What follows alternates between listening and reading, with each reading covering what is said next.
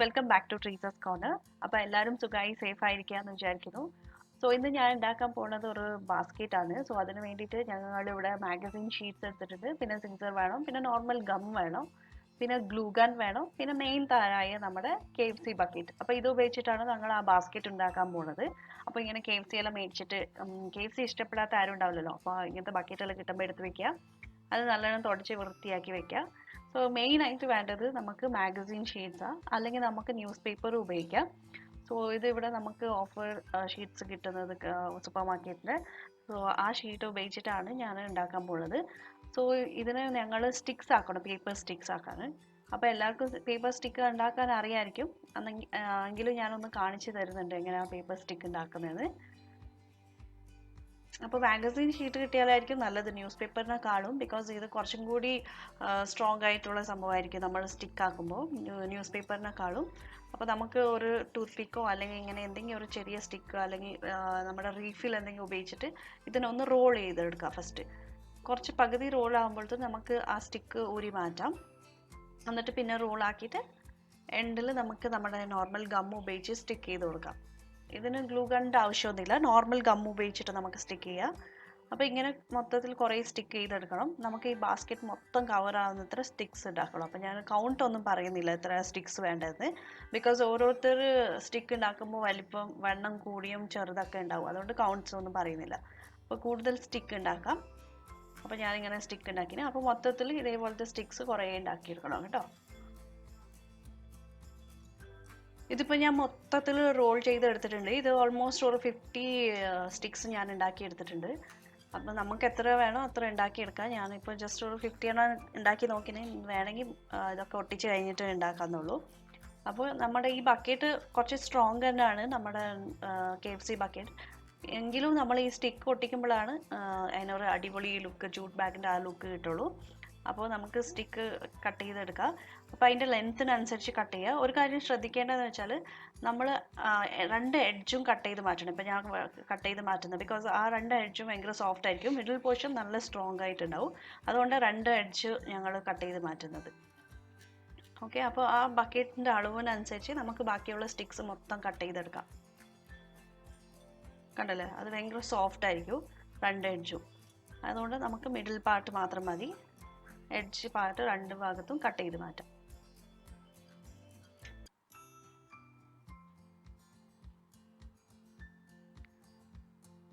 ഇനി ഇതുപോലെ ബാക്കിയുള്ള സ്റ്റിക്സ് മൊത്തം ഇതേപോലെ കട്ട് ചെയ്തെടുക്കാം.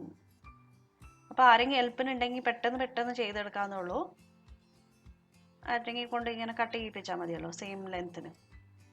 അപ്പോൾ ഞാൻ മൊത്തം കട്ട് ചെയ്തെടുത്തിട്ടുണ്ട്. ഇനി നമുക്ക് ഈ ബക്കറ്റിൽ KFC ബക്കറ്റിൽ ഒട്ടിച്ച് കൊടുക്കേണ്ടതാണ്.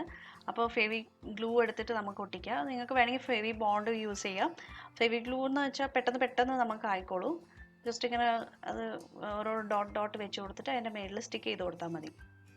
അപ്പോൾ ഇത് ഫുൾ ബക്കറ്റിൽ ഇങ്ങനത്തെ സ്റ്റിക്സ് മൊത്തം സ്റ്റിക്ക് ചെയ്ത് കൊടുക്കണം. അപ്പോൾ നല്ല സ്ട്രോങ് ആയിരിക്കും. ഞങ്ങൾ ചെടിയെല്ലാം വെക്കുമ്പോൾ നല്ല സ്ട്രോങ് ആയിരുന്നോളും. ഞങ്ങളുടെ ജൂട്ട് പാക്കിൻ്റെ അതേ ഒരു ടെക്സ്ചറൊക്കെ കിട്ടും നമ്മൾ ഈ ഈ സ്റ്റിക്സ് ഒട്ടിക്കുമ്പോൾ. അപ്പോൾ ബക്കറ്റ് മൊത്തം ഈ സ്റ്റിക്സ് നമുക്ക് ഫുള്ള് ഒട്ടിച്ചു കൊടുക്കാം.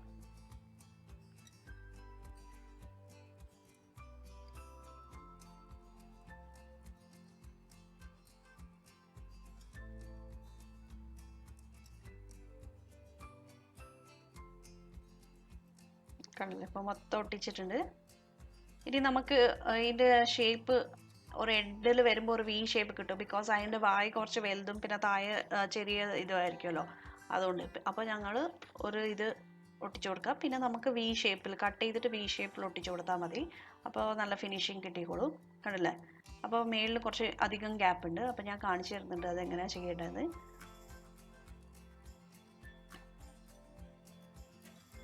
അപ്പോൾ അവിടെ വെട്ടി മാറ്റാം. അപ്പോൾ എത്ര വേണ്ട ആ ഗ്യാപ്പിലേക്ക് ഇൻസേർട്ട് ചെയ്ത് കൊടുത്താൽ മതി.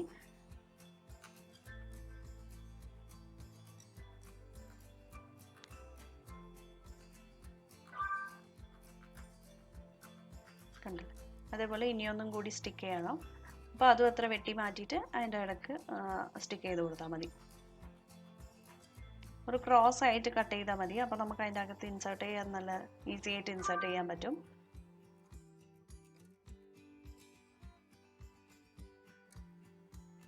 അപ്പോൾ ഞാൻ വെച്ച് നോക്കുന്നുണ്ട്. ഇനിയിപ്പോൾ നമുക്ക് ഫെവിഗ്ലൂ വെച്ചിട്ട് ഒട്ടിച്ച് കൊടുക്കാം. അപ്പോൾ ഫെവിഗ്ലൂ വെച്ചിട്ട് ഒട്ടിച്ചിട്ടുണ്ട്, കണ്ടില്ലേ? അപ്പോൾ ഒരു ഫിനിഷിങ്ങും അടിപൊളി ഫിനിഷിങ് കിട്ടിയില്ലേ? ഞങ്ങൾക്കൊരു ഡിഫറൻസും തോന്നില്ല. അപ്പോൾ കണ്ടില്ലേ, ബക്കറ്റ് നല്ല സ്ട്രോങ് ആയി. ഇപ്പോൾ ഇതിനകത്തേക്ക് ഞങ്ങൾ ചെടിയൊക്കെ വെച്ചാൽ അടിപൊളി ലുക്കാണ്. ഇനി നമുക്ക് ഇതിൻ്റെ താഴെ ബേസിലേക്ക് ജസ്റ്റ് അവിടെ ഇവിടെ ആയിട്ട് റാൻഡം ആയിട്ട് ഈ ബാക്കിയുള്ള സ്റ്റിക്ക് ഉണ്ടായിരുന്നു, അതുകൊണ്ട് ഞാൻ ഇതിൻ്റെ താഴെ ഒട്ടിച്ച് കൊടുക്കുന്നേ ഉള്ളൂ. അത് ജസ്റ്റ് നമ്മുടെ ചെടിയെല്ലാം വെക്കുമ്പോൾ ഇല്ലേ, ഞങ്ങൾ പോട്ടോടെ വെക്കുന്നത്, അപ്പോൾ അതിൻ്റെ വെയിറ്റ് കൊണ്ട് ഈ താഴെ ഇതായി പോകരുത്, കട്ടായി പോകരുതെന്ന് വിചാരിച്ചിട്ട് ഈ സ്റ്റിക്സ് ബാക്കി ഉണ്ടായത് കൊണ്ട് വെച്ചെന്നേ ഉള്ളൂ.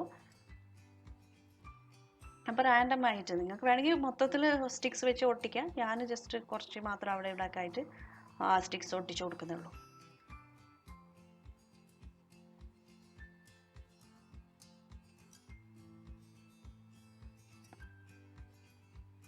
അപ്പോൾ താഴെ ബേസ് ഒട്ടിച്ച് കൊടുത്തിട്ടുണ്ട്. അപ്പോൾ നമ്മുടെ ബക്കറ്റ് റെഡി ആയിട്ടുണ്ട്. ഇനി നമുക്ക് ഇതിൽ വേണമെങ്കിൽ സ്പ്രേ പെയിൻറ്റ് ചെയ്യാം. ഞാൻ ആക്ച്വലി ഒരു ഗോൾഡൻ കളർ സ്പ്രേ പെയിൻറ്റ് ചെയ്യണമെന്ന് വിചാരിച്ചു, നമ്മുടെ ഈ ജൂട്ട് ബാഗിൻ്റെ അതേ ടെക്സ്ചർ കിട്ടാൻ. പക്ഷേ ഇത് ഇങ്ങനെ ചെയ്ത് കഴിഞ്ഞപ്പോൾ എനിക്ക് ഭയങ്കര ഇഷ്ടപ്പെട്ട്. കുറേ മൾട്ടി കളേഴ്സ് ആയിട്ട് മാഗസീൻ ഷീറ്റാന്ന് തോന്നിക്കുന്നില്ല. ചെടിയൊക്കെ വെച്ചപ്പോൾ നല്ല കിഡിലൻ ലുക്ക് ഉണ്ട്. അപ്പോൾ ഞാൻ വിചാരിച്ചു വന്നാൽ പിന്നെ വെറുതെ എന്തിനാ സ്പ്രേ പെയിൻറ്റ് ചെയ്യുന്നത്, ഇതിന് നല്ല ഭംഗിയുണ്ടായിരുന്നു. അതുകൊണ്ട് ഞാൻ സ്പ്രേ പെയിൻറ്റ് ചെയ്യുന്നില്ല. നിങ്ങൾക്ക് വേണമെങ്കിൽ ഗോൾഡൻ കളറോ ഏത് കളർ വേണമെങ്കിലും സ്പ്രേ പെയിൻറ്റിങ് ചെയ്യാം നിങ്ങളുടെ ഇൻറ്റീരിയറിനനുസരിച്ചിട്ട്. അപ്പോൾ ഞാനിങ്ങനെ വെക്കാൻ പോകുന്നത്, നല്ല ഭംഗിയുണ്ടായിരുന്നു ഇങ്ങനെ വെച്ചുകൊണ്ട്. ഞാൻ കാണിച്ചു തരാം ഇപ്പോൾ ഇത് എങ്ങനെയാണ് വെക്കുന്നത്. കണ്ടല്ലേ, ഇതിന് ആക്ച്വലി നമ്മൾ less water content, less water plants ഇല്ലേ, നമുക്ക് കുറച്ച് വെള്ളം ഒഴിക്കേണ്ട പ്ലാന്റ്സ് വെക്കുന്നതായിരിക്കും നല്ലത്. ബിക്കോസ് അപ്പോൾ കുറച്ച് വെള്ളം ഒഴിച്ചാൽ മതി. ഈ സ്നേക്ക് പ്ലാന്റിനെല്ലാം നമ്മൾ വീക്ക്ലി വൺസ് വെള്ളം ഒഴിച്ചാൽ മതി. അതും ഇച്ചിരി ഒഴിച്ചാൽ മതി, കൂടുതലൊന്നും ഓവർഫ്ലോ ചെയ്യുന്ന പോലെ ഒന്നും ഒഴിക്കേണ്ട ആവശ്യമില്ല. അപ്പോൾ അത് നല്ലോണം സേഫ് ആയിരുന്നുള്ളൂ. നമ്മൾ ഓവർഫ്ലോ ആയിട്ട് ഒഴിക്കുമ്പോൾ ഈ നമ്മുടെ KFC ബക്കറ്റ് പേപ്പർ കൊണ്ട് ഉണ്ടാക്കിയതല്ലോ, അപ്പോൾ ആ ഒരു ഈർപ്പം തട്ടിയാൽ അത് നശിച്ചു പോകും.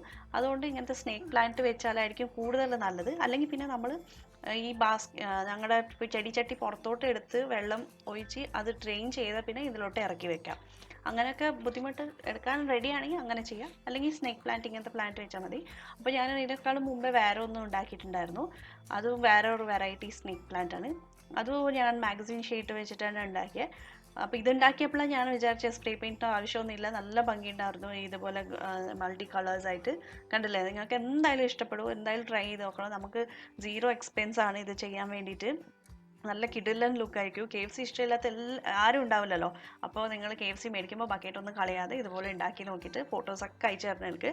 എൻ്റെ ഇൻസ്റ്റാഗ്രാമും പിന്നെ ഫേസ്ബുക്കിൻ്റെ ID ഞാൻ താഴെ ലിങ്കിൽ കൊടുത്തേക്കാം. അപ്പോൾ ഇഷ്ടപ്പെട്ടാൽ എന്നും പറയുന്ന പോലെ ലൈക്ക് ഷെയറും ചെയ്യാൻ മറക്കരുത് കേട്ടോ.